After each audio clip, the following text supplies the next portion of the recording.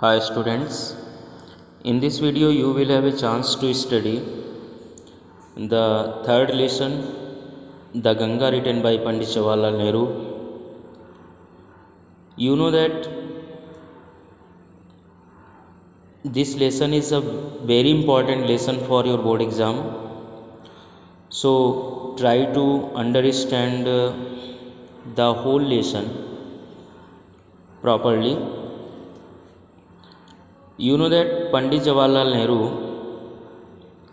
was a freedom fighter and the first Prime Minister of India, and he was also a central figure in Indian politics before and after independence. आपको बताना चाहूँगा कि इस lesson में जैसे कि title इसका द गंगा है. After reading the title we are able to know that the concept of the lesson is about the Ganga.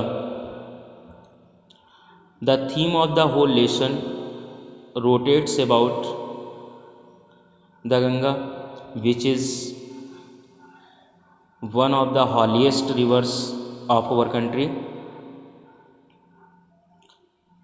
Especially in this lesson, Pandit Jawaharlal Nehru has described his wish about his cremation after his death, and also he has described how he was attached to this river. You know that he was born in Allahabad on 14th of November 1889, and he has watched the various moods of this river. In this lesson we shall study how much he was attached to the Ganga. Let us start the lesson. I have received so much love and affection from the Indian people that nothing that I can do to repay even a small fraction of it, and indeed there can be no repayment of so precious a thing as affection. ये पहला sentence है lesson का. लिखते हैं I have been received so much love and affection from the Indian people. मैंने प्राप्त किया है सो मच माने इतना अधिक, लव एंड अफेक्शन प्रेम और स्नेह फ्रॉम द इंडियन पीपुल भारतीय लोगों से, कि nothing that I can do means he wants to say that he could do nothing. वह कुछ कर नहीं सकते हैं, ये उनके वश में नहीं है. क्या नहीं वश में? To repay. रिपे माने लौटाना, वापस करना, कि मैं वापस नहीं कर सकता हूँ even a small fraction of it, इसका छोटा सा भी फ्रैक्शन. फ्रैक्शन माने अंश या हिस्सा. इतना अधिक प्रेम और स्नेह उन्हें भारतीय लोगों से प्राप्त हुआ है कि वह इसका छोटा सा हिस्सा भी वापस नहीं कर सकते हैं. And indeed there can be no repayment of so precious a thing as affection. और वास्तव में there can be no repayment, repayment हो भी नहीं सकता है, वापस किया भी नहीं जा सकता है, लौटाया भी नहीं जा सकता है. किसको? सो प्रेसियस ए थिंग, इतनी मूल्यवान वस्तु को, एज अफेक्शन जितना कि स्नेह जैसी मूल्यवान वस्तु का रिपेमेंट किया भी नहीं जा सकता है. Many have been admired, some have been rewarded, but the affection of all classes of the Indian people has come to me in such abundant measure that I have been overwhelmed by it. क्या कहते हैं नेहरू जी? Many have been admired, passive voice का sentence है. बहुत सारे लोगों ने प्रशंसा की है ऐसा नहीं कहेंगे, पैसिव वॉइस सेंटेंस है। Many have been admired, many people of India, many Indian people have been admired, बहुत सारे भारतीय लोगों की प्रशंसा हुई है, बहुत सारे भारतीय लोगों की प्रशंसा की गई है। Some have been rewarded, reward means क्या होता है बच्चों, सम्मान करना, उन कुछ का सम्मान भी किया गया है, सम्मानित भी हुए हैं। But the affection of all classes of the Indian people, लेकिन भारतीय लोगों के आल क्लासेस का, क्लासेस माने वर्ग, समुदाय, सभी प्रकार के भारतीय लोगों के सभी वर्गों का अफेक्शन या स्नेह हैज़ कम टू मी, मेरे पास तक आया या मुझे मिला, इन सच एबंडेंट मेजर, इतनी भारी मात्रा में। एबंडेंट मीन्स लार्ज, मेजर माने मात्रा, क्वांटिटी, इतनी अधिक मात्रा में भारतीय लोगों के सभी समुदायों, सभी वर्गों का स्नेह मुझे प्राप्त हुआ। I have been overwhelmed by it, कि मैं इससे ओवरहेल्म्ड हो गया हूँ, ओवरहेल्म्ड हो गया हूँ, भाव विभोर हो गया हूँ, ओवरजॉयड कह सकते हैं, मैं इससे बहुत आनंदित हुआ हूँ। I can only express the hope that in the remaining years I may live I shall not be unworthy of my people and their affection. क्या इच्छा करते हैं Nehru ji? I can only express the hope, मैं केवल एक आशा व्यक्त कर सकता हूँ, एक्सप्रेस मीन्स व्यक्त करना, मैं केवल एक आशा व्यक्त कर सकता हूँ कि इन the remaining years I may live, means in the remaining years of my life, मेरे जीवन के जो बचे हुए, रिमेनिंग मीन्स शेष बचे हुए जो वर्ष हैं, जितने वर्षों तक मैं जीवित रहूं, अपने आगे भविष्य में जितने वर्षों तक मैं जीवित रहूं, I shall not be unworthy of my people, मैं अपने भारतीय लोगों के लिए अनवर्दी न रहूँ, अनवर्दी मीन्स अयोग्य, एंड देयर अफेक्शन, और उनके स्नेह का, स्नेह और अपने भारतीय लोगों और उनके स्नेह के लिए या उनके प्रति अनवर्दी या अयोग्य न रहूं, इस प्रकार की इच्छा वो व्यक्त करते हैं। आगे क्या लिखते हैं? To my innumerable comrades and colleagues I owe and even deeper debt of gratitude. To my innumerable comrades and colleagues, बच्चों इस सेंटेंस को थोड़ा सा बदलते हैं, I owe to my innumerable comrades and colleagues, इस प्रकार का स्ट्रक्चर सेंटेंस का है कि आई ओ माने मैं ऋणी हूँ, ओ मीन्स क्या होता है? ऋणी होना, मैं ऋणी हूँ, किसका ऋणी हूँ? To my innumerable comrades, innumerable माने ए लार्ज नंबर ऑफ, भारी संख्या में, कॉमरेड्स माने क्या होता है? मित्र, साथी, और कलीग्स माने क्या होता है? को वर्कर्स, सहकर्मी, साथ में काम करने वाले लोग। मैं अपने मित्रों, साथियों या साथ में काम करने वाले असंख्य लोगों का ऋणी हूँ। And even deeper debt of gratitude, और उनके आभार का ऋणी हूँ। ग्रेटिट्यूड मीन्स आभार, और डेट माने क्या होता है? ऋण, मैं उनके आभार का ऋणी हूँ। We have been joint partners in great undertakings and have shared the triumphs and sorrows which inevitably accompany them. क्या कहते हैं कि we have been joint partners in great undertakings, बहुत सिंपल सा स्ट्रक्चर है। जवाहरलाल नेहरू जी का कहना है कि वी माने हम लोग, कौन कौन से हम लोग? यहाँ पे देखिए 3 लोग शामिल हो गए, Pandit Jawaharlal Nehru, his comrades and his colleagues. Jawaharlal Nehru ji, उनके साथी और उनके सहकर्मी, ये सारे लोग क्या हैं? हैव बीन जॉइंट पार्टनर्स, सम्मिलित भागीदार रहे हैं, किसमें? इन ग्रेट अंडरटेकिंग्स, बड़े बड़े कार्यों में।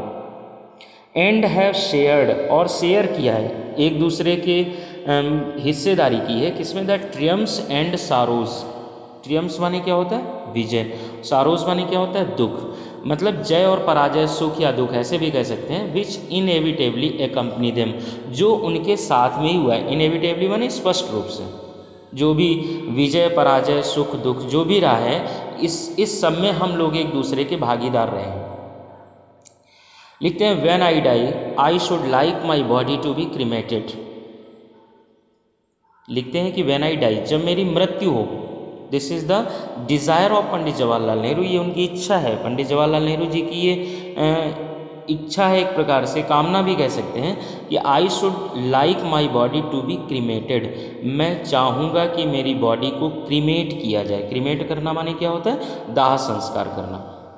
When I die I should like my body to be cremated, मेरी मृत्यु पर मैं ये चाहता हूँ कि मेरी मृत्यु के बाद मेरे शरीर को, मेरी डेड बॉडी को क्रीमेट किया जाए, क्रीमेशन किया जाए, उसका दाह संस्कार किया जाए। If I die in a foreign country, my body should be cremated there and my ashes sent to Allahabad.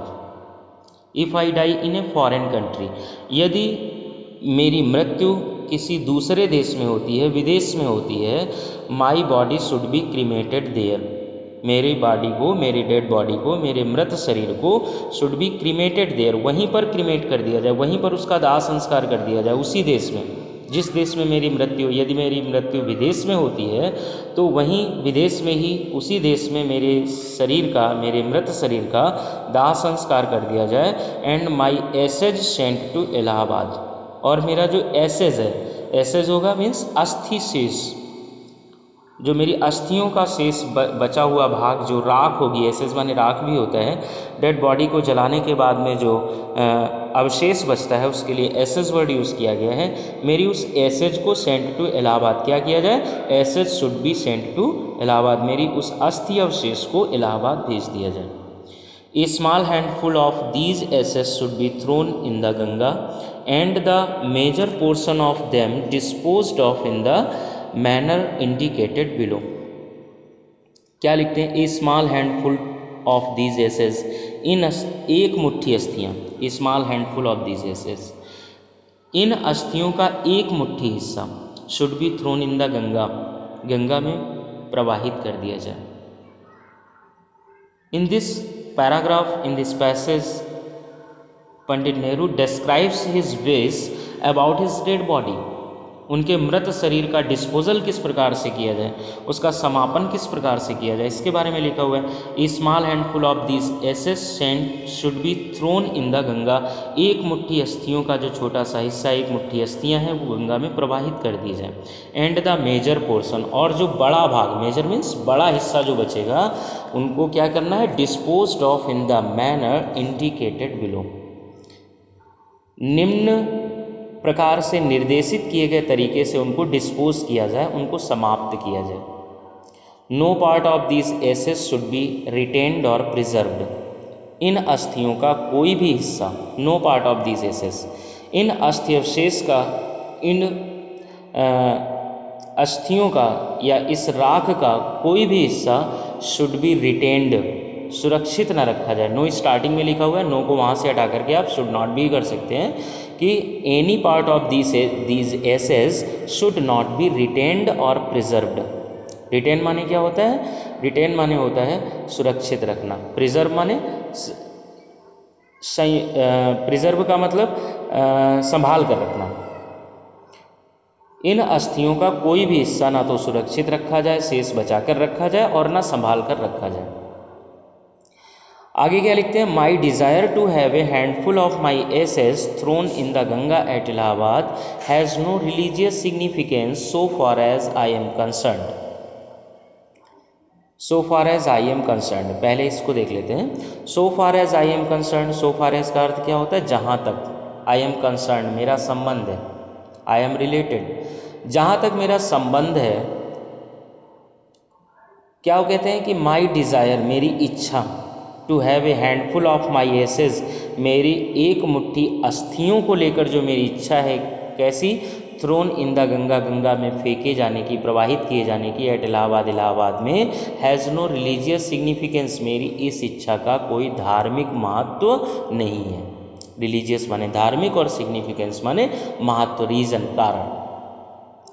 जहाँ तक मेरा संबंध है, ये जो मैंने अपनी इच्छा व्यक्त की है, जवाहरलाल नेहरू जी का कहना है कि जो मैंने इच्छा व्यक्त की है कि मेरी एक मुट्ठी अस्थियों को इलाहाबाद में गंगा में प्रवाहित कर दिया जाए, मेरी इस इच्छा के पीछे हैज़ नो रिलीजियस सिग्निफिकेंस, मेरा कोई धार्मिक कारण या धार्मिक महत्व तो नहीं है।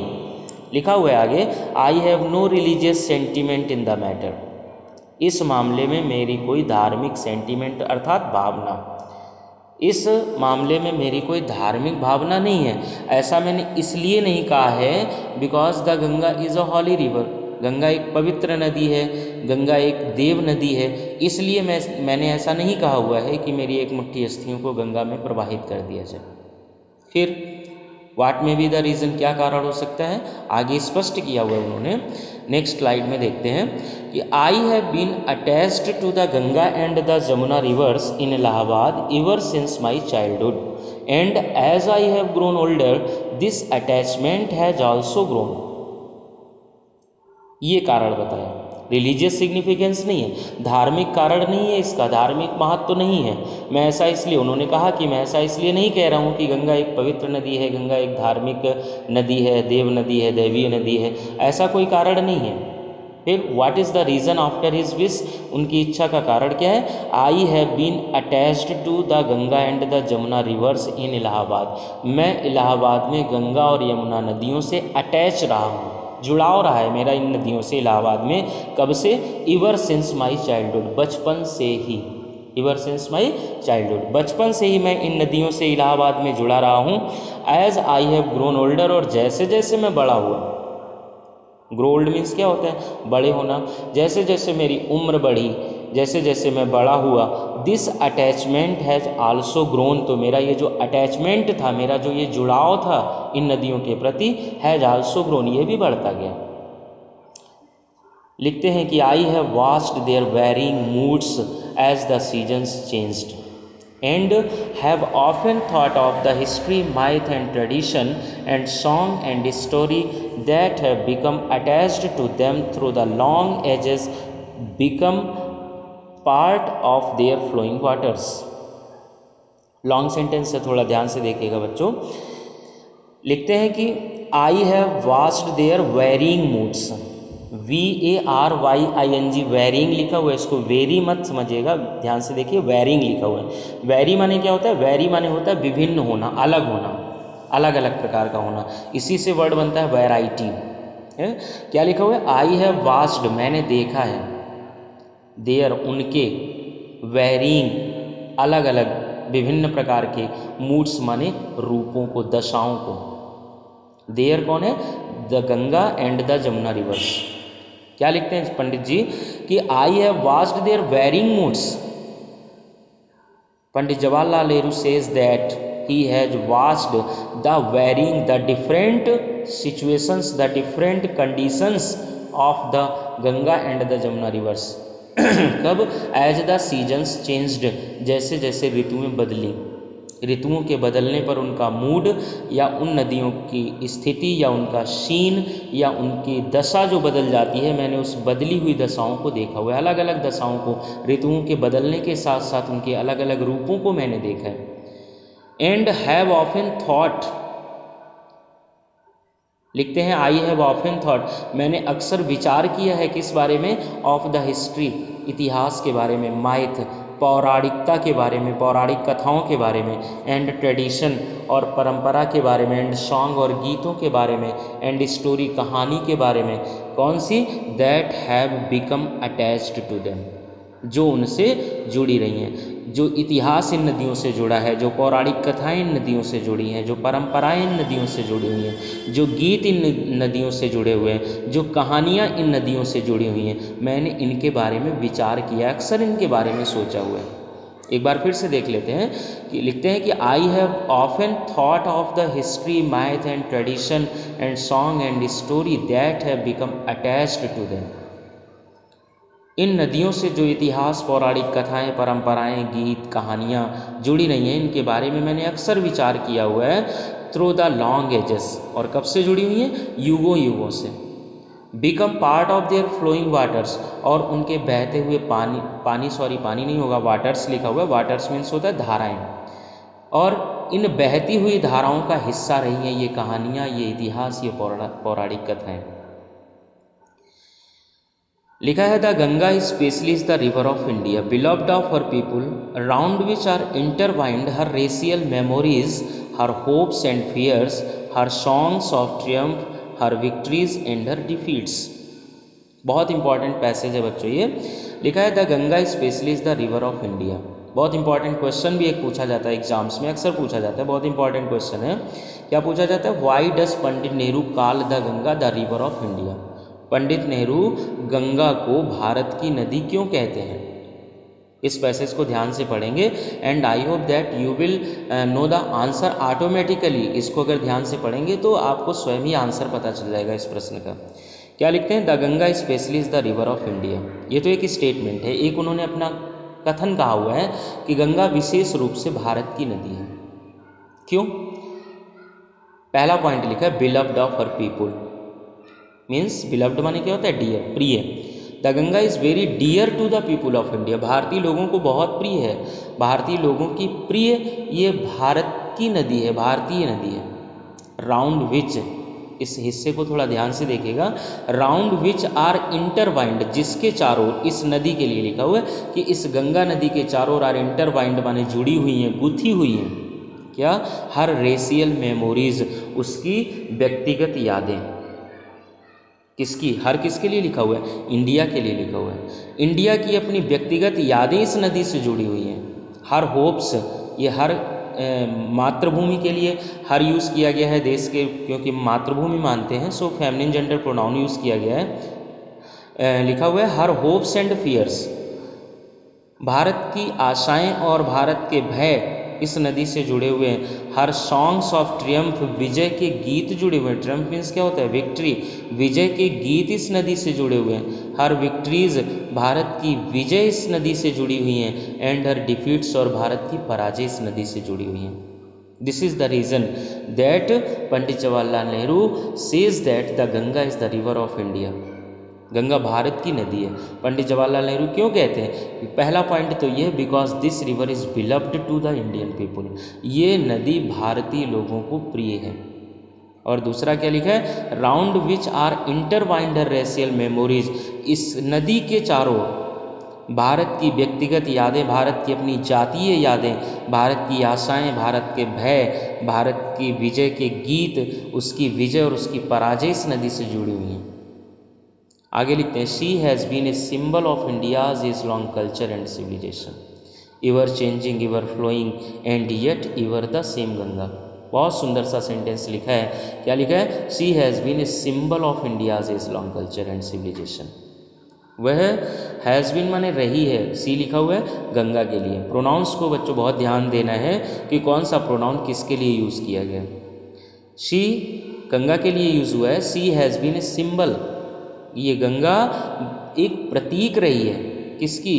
Of India's age long culture, युगों पुरानी, भारत की युगों पुरानी संस्कृति एंड सिविलाइजेशन, और सभ्यता की, भारत की युगों पुरानी संस्कृति और सभ्यता का प्रतीक रही है ये नदी। इवर चेंजिंग, सदैव बदलने वाली, सदैव परिवर्तित होती रहती है, उसका रूप परिवर्तित होता रहता है। रूप परिवर्तन किस प्रकार से होता है? एक तो सेंटेंस हम लोगों ने पीछे भी देखा था कि I have watched their varying moods as the seasons changed, बदलती हुई ऋतुओं के साथ उसके बदलते हुए रूपों को मैंने देखा है। अब यहाँ पर उसी बात के लिए लिखा हुआ है कि इवर चेंजिंग, अभी आगे और पढ़ेंगे उसमें और क्लियर हो जाएगा कि किस प्रकार से गंगा का रूप बदला हुआ है ऋतुओं के साथ साथ में। लिखा है इवर चेंजिंग, सदैव बदलने वाली, इवर फ्लोइंग, सदैव बहने वाली, and yet ever the same Ganga, और फिर भी ये वही गंगा है। कितना सुंदर सेंटेंस लिखा हुआ है कि she has been a symbol of India's age long culture and civilization, ये गंगा भारत की युगों पुरानी संस्कृति और सभ्यता का प्रतीक रही है। सदैव परिवर्तित होने वाली है, सदैव बहने वाली है, and yet ever the same Ganga, और फिर भी सदैव से वही गंगा है। शी रिमाइंड्स मी, ये सेंटेंस भी बच्चों बहुत इंपॉर्टेंट सेंटेंस है। लिखा है she reminds me of the snow covered peaks and deep valleys of the Himalayas which I have loved so much, and of the rich and vast plains below where my life and work have been cast। एक बहुत important question होता है इस lesson का, exams में पूछा जाता है कि what does the Ganga remind Pandit Nehru, Ganga Pandit Nehru को किस बात की याद दिलाती है? रिमाइंड मीन्स क्या होता है? याद दिलाना। गंगा पंडित नेहरू को किस बात की याद दिलाती है? तो सेंटेंस क्या लिखा हुआ है? शी रिमाइंड्स मी, गंगा हमें याद दिलाती है। पंडित नेहरू क्या कहते हैं कि गंगा मुझे याद दिलाती है। किसकी किसकी याद दिलाती है? पहला पॉइंट लिखा है द स्नो कवर्ड पीक्स, बर्फ से आच्छादित, बर्फ से ढकी हुई चोटियों की याद दिलाती है। And deep valleys of the Himalayas, और हिमालय की गहरी गहरी घाटियों की याद दिलाती है। आगे क्या लिखते हैं? Which I have loved so much, जिसको मैंने बहुत अधिक पसंद किया हुआ है, जिसको मैंने बहुत अधिक प्यार किया हुआ है। किसको? हिमालय की बर्फ़ से ढकी हुई चोटियों और हिमालय की गहरी गहरी घाटियों की गंगा याद दिलाती है। और इन बर्फ़ से ढकी हुई पर्वत चोटियों और हिमालय की गहरी घाटियों को मैंने बहुत अधिक प्यार किया हुआ है। और किसकी याद दिलाती? 2 पॉइंट तो हो चुके हैं। पहला कौन सा था? The snow covered peaks. और दूसरा क्या था? Deep valleys of the Himalayas. और तीसरा पॉइंट क्या है? Of the rich and vast plains below. Below माने निचले भाग के, हिमालय से नीचे उतरने के बाद में जो हिमालय के दक्षिण का निचला भाग है, प्लेन्स माने मैदानी भाग है, जिसको हम लोग उत्तर का विशाल मैदान कहते हैं जब भौगोलिक भाग पढ़ते हैं भारत के, तो उसी के लिए लिखा हुआ है कि ऑफ द रिच। रिच का मतलब क्या हो गया? प्रॉस्परस, संपन्न। और वास्ट माने बड़ा, विस्तृत, विशाल। निचले संपन्न और विस्तृत मैदानों की, निचले मैदानों की याद दिलाती है। Where my life and work, जहाँ पर मेरा जीवन और मेरा कार्य है बिन कास्ट, माने ढला है, आकार मिला हुआ है, जहाँ पर उनके जीवन को आकार मिला हुआ है और जो निचला मैदान उनकी कर्म भूमि रहा है उसकी मुझे याद दिलाती है। अब अगले पैसेज में हम लोग पढ़ेंगे जो एक सेंटेंस पीछे पढ़ा हुआ था कि I have watched their varying moods as the seasons changed. ऋतुओं के बदलने के साथ साथ मैंने गंगा और यमुना नदियों के बदले हुए रूपों को देखा है। तो देखिए किस प्रकार से, बहुत ध्यान से देखिएगा, बहुत सुंदर सा पैराग्राफ है। Smiling and dancing in the morning sunlight and dark and gloomy and full of mystery as the evening shadows fall, a narrow, slow and graceful stream in winter and a vast roaring thing during the monsoon, broad-bosomed almost as the sea and with something of the sea's power to destroy, the Ganga has been to me a symbol and memory of the past of India running into the present and flowing on to the great ocean of the future। केवल एक sentence का paragraph है, बहुत अच्छा सा paragraph है, बहुत प्यारा सेंटेंस है ये। क्या लिखा है? Smiling and dancing in the morning sunlight. In the morning, प्रातः काल का जब सूर्य का प्रकाश होता है, when the sunlight falls on the water of the Ganga, जब गंगा की धारा पर प्रातः काल का सूर्य का प्रकाश पड़ता है, तो how does the Ganga look, कैसी दिखाई देती है ये नदी? लिखा है स्माइलिंग एंड डांसिंग, मुस्कराती हुई और नृत्य करती हुई दिखाई पड़ती है। कितना प्यारा दृश्य होता होगा। लिखा है कि प्रातः काल के सूर्य के प्रकाश में गंगा स्माइलिंग एंड डांसिंग, मुस्कराती हुई और नृत्य करती हुई सी प्रतीत होती है। ये तो पहला रूप हो गया। क्या लिखा हुआ? Dark and gloomy and full of mystery as the evening shadows fall, जब इवनिंग शैडोज होती है, इवनिंग शैडोज मीन्स जब शाम की छाया पड़ती है, व्हेन इट इज़ इवनिंग, जब शाम का समय होता है, तो कैसी दिखाई देती? 3 शब्द लिखे हुए हैं, 3 एडजेक्टिव लिखे हुए हैं कि dark, gloomy and full of mystery. How does the Ganga look? The Ganga looks dark, dark माने फुल ऑफ डार्कनेस, काली दिखाई देती, अंधकार युक्त दिखाई देती, ग्लूमी, उदास दिखाई देती, ग्लूमी माने क्या होता है? उदास, एंड फुल ऑफ मिस्ट्री, और रहस्यमयी दिखाई देती, रहस्य से भरी हुई या रहस्यमयी या मिस्टीरियस दिखाई पड़ती है। जब शाम का समय होता है तो गंगा कैसी? अंधकार युक्त, उदास और रहस्यपूर्ण दिखाई पड़ती है। आगे लिखा है ए narrow, slow and graceful stream in winter, जब शीतकाल का समय होता है, जब विंटर सीजन होता है भारतवर्ष में, तो उस समय गंगा का क्या दृश्य होता है, क्या रूप होता है उसका? Narrow, slow and graceful. Narrow माने तंग, पतला, स्लो माने धीमा, धीमी, गंगा के लिए लिखा हुआ है कि एक सकरी, धीमी और ग्रेसफुल स्ट्रीम रहती है। ग्रेसफुल माने क्या होता है? आकर्षक।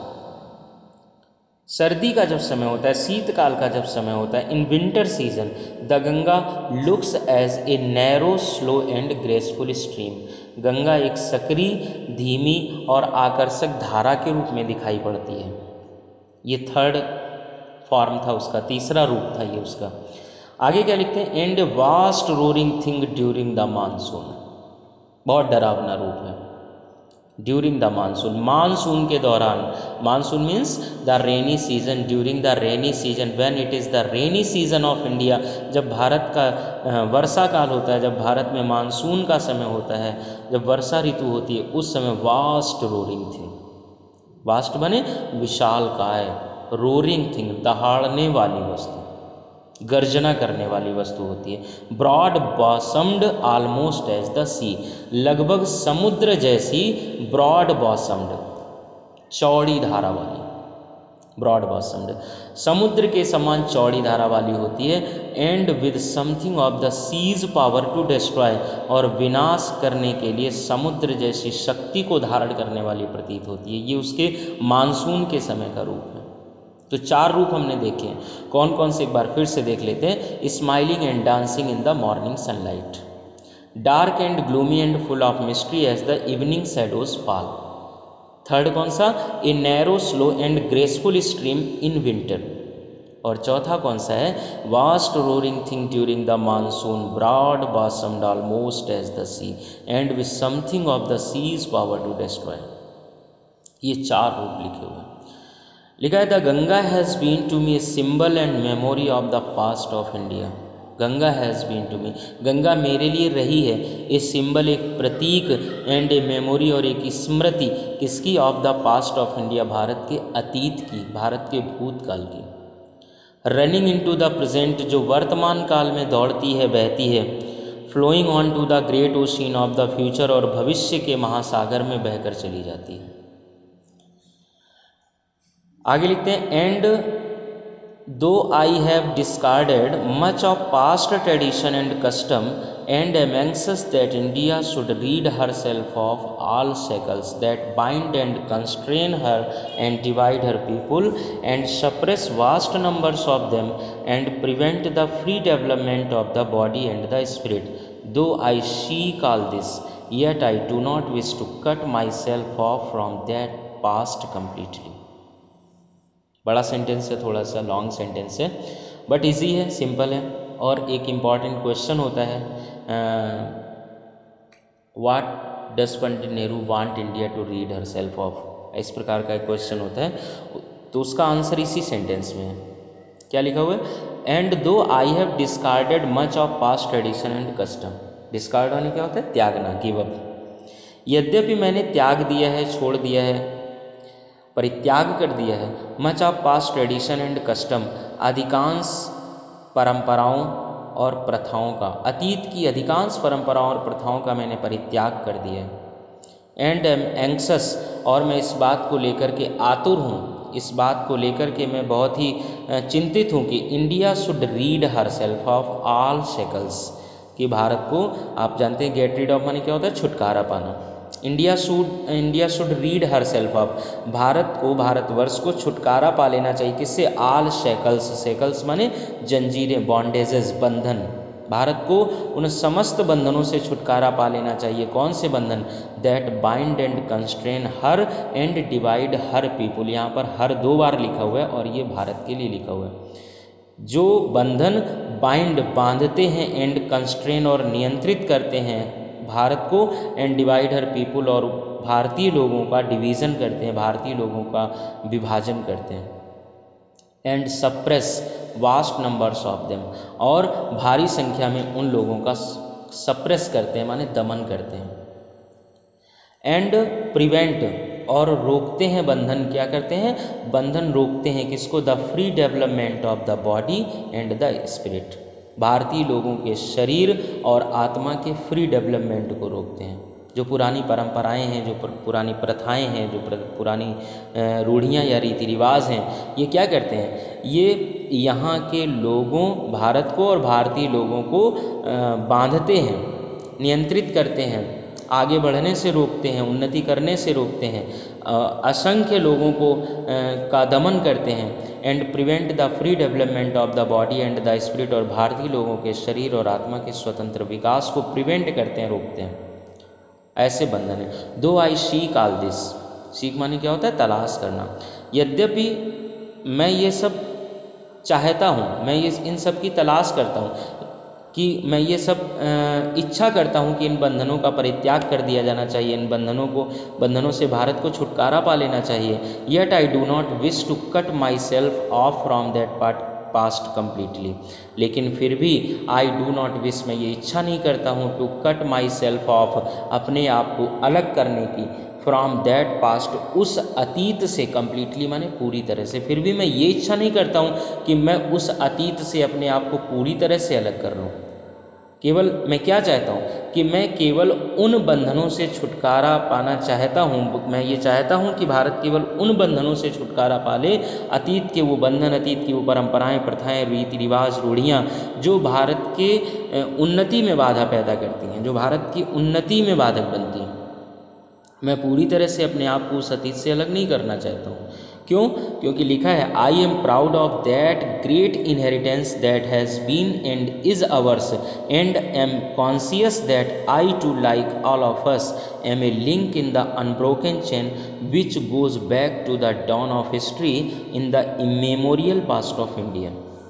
बहुत सुंदर सेंटेंस लिखा हुआ है। क्या? I am proud of that great inheritance. Inheritance माने क्या होता है? विरासत। I am proud of that great inheritance. मैं अपनी उस महान विरासत पर गर्व करता हूँ, मुझे गर्व है अपनी उस भारतीय महान विरासत पर। दैट, यहाँ पर ध्यान से देखिएगा कैसे लिखते हैं कि दैट हैज़ बीन, जो रही है, एंड इज, और है, अभी भी है, अवर्स माने हमारी, जो दैट हैज़ बीन अवर्स, जो हमारी रही है, एंड इज़ अवर्स, और अभी भी हमारी है, ऐसी मैं भारतीय विरासत पर गर्व करता हूँ। एंड एम कॉन्शियस दैट, और मैं इस बात के लिए सतर्क हूँ, मैं इस बात के लिए सजग हूँ कि लाइक ऑल ऑफ अस, हम सब की तरह, I am also a link in the unbroken chain, मैं उस अटूट जंजीर की, अटूट श्रृंखला की एक कड़ी हूँ, which goes back to the dawn of history. Dawn माने क्या? डॉन माने वैसे तो भोर होता है, प्रातःकाल होता है, लेकिन यहाँ पर डॉन का अर्थ है प्रारंभ, अभ्युदय। लिखा हुआ है कि मैं उस अटूट जंजीर का, हम सब की तरह, सारे भारतीयों की तरह मैं भी उस अटूट जंजीर की एक कड़ी हूँ, which goes back to the dawn of history, जो इतिहास के प्रारंभ में, जो इतिहास के अभ्युदय में जाती है, in the memorial past of India, Bharat के अविस्मरणीय अतीत में। भारत के अविस्मरणीय अतीत के इतिहास के प्रारंभ में जो जंजीर वापस जाती है, उस अतीत की मैं भी एक कड़ी हूँ। That chain I would not break, I would not break that chain. क्या कहना है उनका? कि मैं उस चेन को, मैं उस कड़ी, उस जंजीर को नहीं तोड़ना चाहता हूँ। फॉर आई ट्रीजर इट, क्योंकि मैं इसे महत्व देता हूँ। ट्रीजर माने क्या होता है? महत्व देना। Pandit Jawaharlal Nehru says that according to him this chain is very important, very valuable, बहुत ही महत्वपूर्ण है, मैं इसे महत्व देता हूँ। And seek inspiration from it, और मैं इससे तो प्रेरणा भी प्राप्त करता हूँ। And as witness of this desire of mine, and as my last homage to India's cultural inheritance, I am making this request that a handful of my ashes be thrown into the Ganga at Allahabad to be carried to the great ocean that washes India's shores. I am making this request. Starting से sentence को देखते हैं। लिखा हुआ है कि and as witness of this desire of mine, अपनी इस इच्छा के गवाह के रूप में, सबूत के रूप में। And as my last homage to India's cultural inheritance, Bharat की सांस्कृतिक विरासत के प्रति अपनी अंतिम श्रद्धांजलि के रूप में। होमेज माने क्या होता है? श्रद्धांजलि, ट्रिब्यूट कहते हैं। कि अपनी इस इच्छा के सबूत के रूप में और भारत की सांस्कृतिक विरासत के प्रति अपनी अंतिम श्रद्धांजलि के रूप में, I am making this request, मैं ये प्रार्थना कर रहा हूँ कि a handful of my ashes, मेरी अस्थि अवशेष का एक मुट्ठी हिस्सा, be thrown into the Ganga at Allahabad, Allahabad में गंगा में प्रवाहित कर दिया जाए। किस लिए? To be carried to the great ocean, जिससे कि वह अस्थि अवशेष, एक मुट्ठी अस्थियाँ, एक मुट्ठी राख क्या की जा सके? Carried to the great ocean, उस महासागर में ले जाई जा सके। दैट वासेस इंडिया सोर्स, जो भारत के सोर्स को प्रक्षालित करता है, जो भारत के चरणों को धोता है, जो भारत के तटों को प्रक्षालित करता है। अंतिम पैराग्राफ देखते हैं। The major portion of my ashes should however be disposed of otherwise, बड़ा हिस्सा, एक मुट्ठी अस्थि अवशेष को क्या चाहते हैं पंडित नेहरू? कि वो गंगा में प्रवाहित कर दिया जाए। गंगा में क्यों प्रवाहित कर दिया जाए? उसके पीछे इतना सारा कारण दिया हुआ है। और जो बड़ा भाग बचता है मेरी अस्थियों का, उसको क्या करना है? उसके लिए लिखते हैं द मेजर पोर्शन, जो बड़ा हिस्सा है ऑफ माई एसेस, मेरी अस्थि अवशेषों का, अस्थि अवशेष का, should however be disposed of otherwise, अन्य तरह से, भिन्न प्रकार से, ऑफ अदरवाइज भिन्न प्रकार से, in the different manner dispose किया जाए, माने समापन किया जाए। कैसे?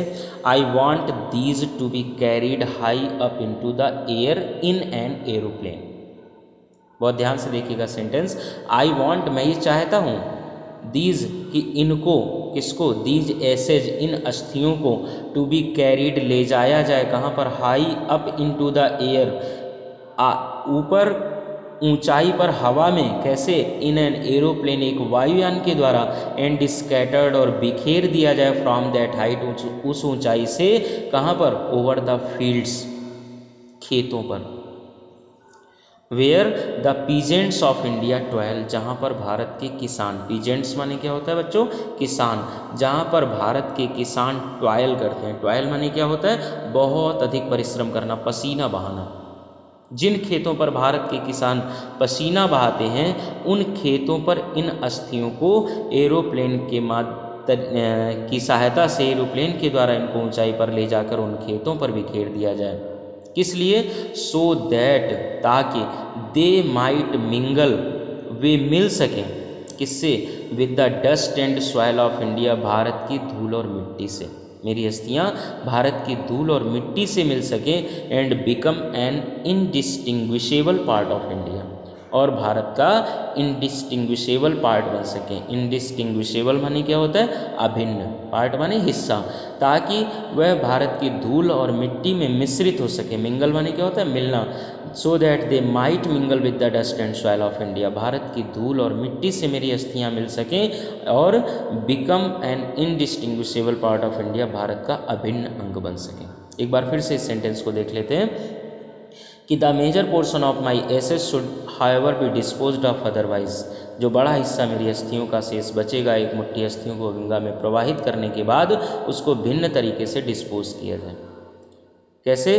कि I want these to be carried high up into the air, मैं चाहता हूँ कि इनको हवा में ऊंचाई पर ले जाया जाए, इन एन एरोप्लेन एक वायुयान में, and scattered from that height, और उस ऊंचाई से स्कैटर कर दिया जाए, बिखेर दिया जाए, कहाँ पर? ओवर द फील्ड्स, उन खेतों पर। कौन से खेतों पर? Where the peasants of India dwell, जहाँ पर भारत के किसान पसीना बहाते हैं। किस लिए? So that they might mingle with the dust and soil of India, ताकि मेरी वो अस्थियाँ भारत की धूल और मिट्टी से मिल सकें, and become an indistinguishable part of India, और भारत का अभिन्न अंग बन सकें। I have written this will and testament in New Delhi on the 21st day of June in the year 1954। कहते हैं अंत में कि I have written this will and testament, मैंने इस विल को, विल माने क्या होता है? इच्छा पत्र, मैंने इस इच्छा पत्र को लिखा है। एंड टेस्टामेंट, टेस्टामेंट माने होता है वसीयत। मैंने, विल और टेस्टामेंट एक दूसरे के सिनोनिम वर्ड भी है, एक दूसरे के पर्यायवाची वर्ड है। विल बेटा यहाँ पर जो शैल और विल यूज़ करते हैं वो नहीं है, विल यहाँ पर नाउन के रूप में लिखा हुआ है। विल का अर्थ इच्छा भी होता है, और यहाँ पर विल का अर्थ है इच्छा पत्र। मैंने अपनी इस इच्छा पत्र और अपनी इस वसीयत को लिखा हुआ है, कहाँ पर? इन न्यू दिल्ली, नई दिल्ली में, on the 21st day of June, 21 जून को, इन द ईयर 1954, 1954, 21 जून 1954 को नई दिल्ली में मैंने अपनी इस इच्छा पत्र और वसीयत को लिखा हुआ है। Okay, thank you.